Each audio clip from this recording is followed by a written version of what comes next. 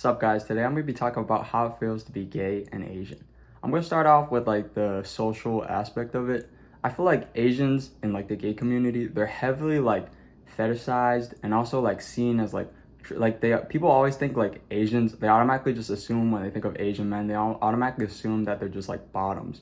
Just because like in like Western society and like the United States and like United States history, like in the media, they've always just kind of like try to like make like portray and like characterize like Asian men as being like more submissive and feminine and stuff like that. And like if you take like any like college US history class or like even in high school when I took like AP US history, like in the college level class, like they ended up talking about it like briefly. Like when Asians first like came over to the United States to like work on like railroads and stuff, there was already beginning to have like a lot of like propaganda and stuff just like about like how Asian men like are like taking like competition and stuff, and like they just kind of characterize them as super like feminine and submissive and obedient, and it kind of just like still carries on to like modern society where like Asians are like just expected to be like this like role model identity that just kind of like stays quiet, you know, conforms to everything that like society in like the Western culture wants them to do, and they like suppress themselves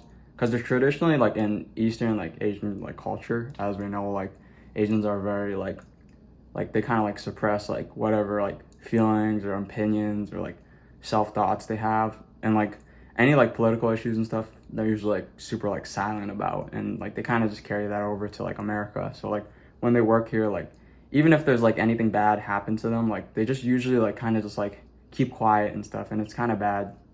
And in the gay community, I feel like it's like that too a lot. But I feel like on like social media and stuff, like Asians are definitely beginning to like speak out a lot more about it. Like people like really think like just because like they're on like TikTok and stuff or like YouTube and stuff, and there's like a lot of like the yaoi and like BL and stuff, like they think, oh, it's not that bad, like social media is like portrays like Asian gay guys like perfectly positive. But that's just not the case, bro, because that's like most of that, if not like a majority, like a whole giant majority of all that like content and stuff like yaoi and BL, that stuff is like mainstream like gay media in Asia. Like people don't understand that. Like it's still like a niche, super small minority of like just really loud, like obsessed fans of like yaoi and BL and stuff like that. Like people just don't get that. And they always just like look at like, oh, like on social media, like it shows like these like East Asians, like these like Korean guys that are like super like I guess like have these like very like feminized like features and stuff, but they're like super popular and like cool in the gay community, or like Japanese guys or stuff like that. But like that's just like not really the reality. Like if you look at like the statistics, like if you go search it up right now, like what's the most like least desired race for guys, it'll say based off like dating app statistics, it'll show that it's Asian men. Like that's the lowest of like the least desired race for men on dating apps. Like that's just the truth. And like people think like even in Asia alone, like they think like the gay culture is like very accepted, when in reality it's really not. Like on TikTok and like YouTube and stuff, they like always show these interviews and like people like being super like out and open and stuff about being gay, and that's really only in like major cities. Like for the most part, like many of those like interviews and stuff are in like, they could be in like Korea or Japan and stuff. Those countries are still like relatively conservative. Like if you actually like look at like real like I guess like life experiences and stuff and like stories of people that like live there, it's like it's still like not as accepting as people think. Like obviously Thailand definitely is very accepting, but like the other East Asian countries and like Asia as a whole, like that also counts as like Middle East and stuff, and theirs is like very not really like that accepting yet. But like I feel like as more of like us like gay Asians, like we make more like content and stuff online on social media, kind of just documenting like our experiences, I think that'll definitely make more like exposure and stuff, and like make like gay Asians that are still like in the closet like more comfortable to coming out, you know, expressing themselves. But definitely like family is like a big factor as well. Like I know like in Chinese culture, like the bloodline is like really important. Like having, I guess like passing on like your last name, because like in like Mandarin and stuff, or like Cantonese, like you're like for Chinese people, like your first name, like when you say it out, is your last name. Like you say your last name first, and then your middle name, and then your first name. Like so like that like bloodline and like carrying it on and like passing it on is like a really like big deal. And I'm not saying like that's not possible like as a gay guy.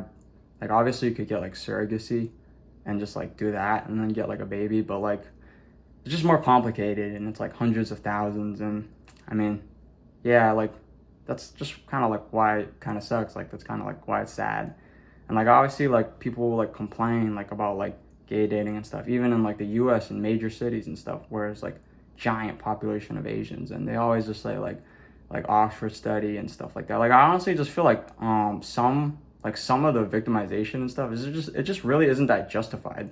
Like I see this like not only from like gay Asian guys, but I also see this like with like straight Asian guys too, where they're like, if they ever see like an Asian with like a white person like in America, they always just like envy it or get super jealous and are like, oh, of course, like the Asians with like the white person, of course, they're never with like Asians and stuff. Like they just like feel like super like helpless and like kind of like victimize themselves.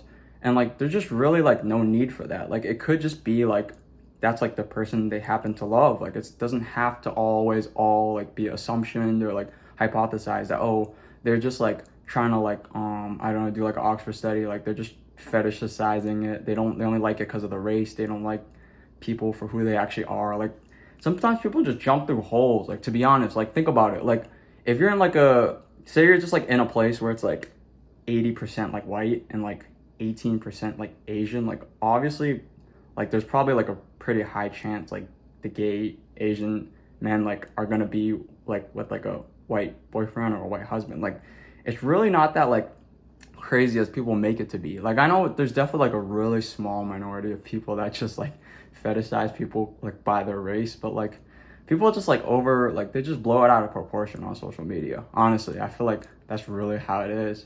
And yeah, but for like how like Asian families like view like their child like coming out as gay, like honestly I don't really know. Like for my family, they don't really like, care about it. Like they just genuinely don't care. But other families, like I definitely think like they could be a lot more like strict and stuff, especially with like grandparents that like really want like grandkids and stuff, and they're like pushing that idea. It could definitely be hard. Like I feel like, yeah, but that's like in honestly like most cultures. Like I feel like it's not really like a Asian like specific thing. But honestly, like where I'm from, like I'm around like Boston area. Like I'm a college student here, and like I feel like Boston's pretty like accepting. Like I would say like Boston and like LA and New York, stuff like that is like they're pretty like accepting of like gay Asian people. I don't think there's really like too much problems with it. Like even with other like just like straight Asian guys, they honestly don't really care. Like they're pretty accepting. Like there's really not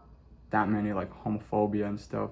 Like sometimes I do have like homophobia where it's just like on like the train and stuff, like people throw like F slurs and stuff, and I kind of just had to like I kind of just have to like stay silent, bro, because like if I'm on like public transportation, like I'm on like a bus or something or on a train, like I don't really feel safe. Like I definitely like standing up to like homophobia and stuff. Like I like online and stuff, if people say like F slurs and stuff, I'll just say it's like super like bad and like homophobic. And yeah, so it just kind of sucks. Like I wish I could like just like stand up for myself like in public transportation, like when people just like spam and like throw the F slur around like all the time, because honestly it's just pretty annoying. But like I just can't, because sometimes you gotta just like put your pride to the side and just like prioritize like your physical safety, which is like kind of rough. But honestly, to be honest, like I feel like at least like here in like the Northeast, like America, it's like pretty accepting. Like I feel like gay Asians like at work and stuff is pretty good. Like some of the immigrants are like a little bit like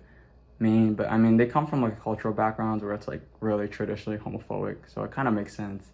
And like where my like family is originally from, in like Hong Kong, I would say it's very not accepting. Like my side of the family from there, like my aunt and my uncle, they're honestly like really like homophobic, and they're like super vocal about it. That's why like they're kind of like the only people in the family that I like haven't even really told, because I'm honestly just scared. Like I already know they're not gonna accept me, and they're just gonna like bash me and like put me down, which is kind of sad. But honestly, I mean, they're like so far away like geographically, and also like they're like not really that close with me, so I mean I guess it doesn't really matter. Like I did wish like I came out to them just to be more like honest and like true to myself, but I mean if they're already not gonna accept me and be homophobic. I guess it doesn't really matter. Like, yeah, I feel like from what I've heard online and stuff, like the queer and gay community in like Hong Kong is pretty like small, like, and like people are still like really homophobic, and same as like China. Like it's only in like some cities, like progressive cities like Chengdu. I think that's how you say it. I honestly don't even know. But yeah, like there it's like pretty accepting.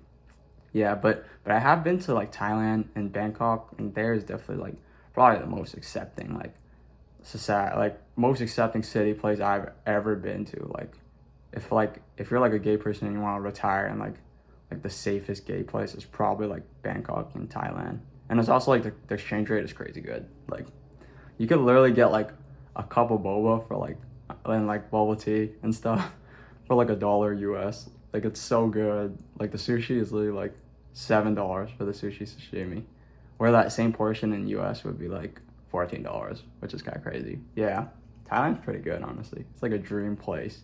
Yeah, but yeah, there's very accepting. Like there's like probably like the very first time in my entire life, like where I just saw so many guys just like walking out like in public, like with their boyfriend and just like holding hands. A lot of like public displays of like affection, and I don't know, it was just really cute, like on the street and stuff, and no one really cares. You know what I'm saying? It's like plenty of like pride flags and like not really pride flags, like just like those like yeah, I guess like pride flags and stuff, just like street designs and stuff everywhere, and like nightclubs and stuff, and like trans people are very accepted there. Like it's pretty cool. Same as here in Boston, honestly.